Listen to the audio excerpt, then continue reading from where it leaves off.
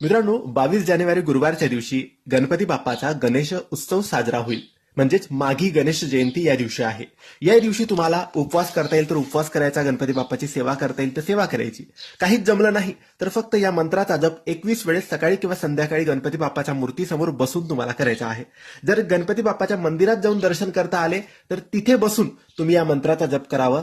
तुमच्या सर्व इच्छा गणपती बाप्पा पूर्ण करतील, सर्व विघ्न तुमचे दूर करतील. हा मंत्र महिला पुरुष शिकणारी मुलं कोणीही फक्त 21 वेळेस तुम्हाला बोलायचा आहे. हा मंत्र काही असा आहे: ओम एकदंताय विद्महे वक्रतुंडाय धीमहि तन्नो दंती प्रचोदयात.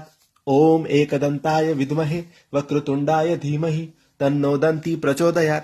या मंत्राचा जप 21 वेळेस नक्की 22 तारखेला 22 जानेवारीच्या दिवशी नक्की करा. याचा स्क्रीनशॉट काढून ठेवून घ्या आणि 22 जानेवारीच्या दिवशी नक्की या मंत्राचा जप करा. धन्यवाद.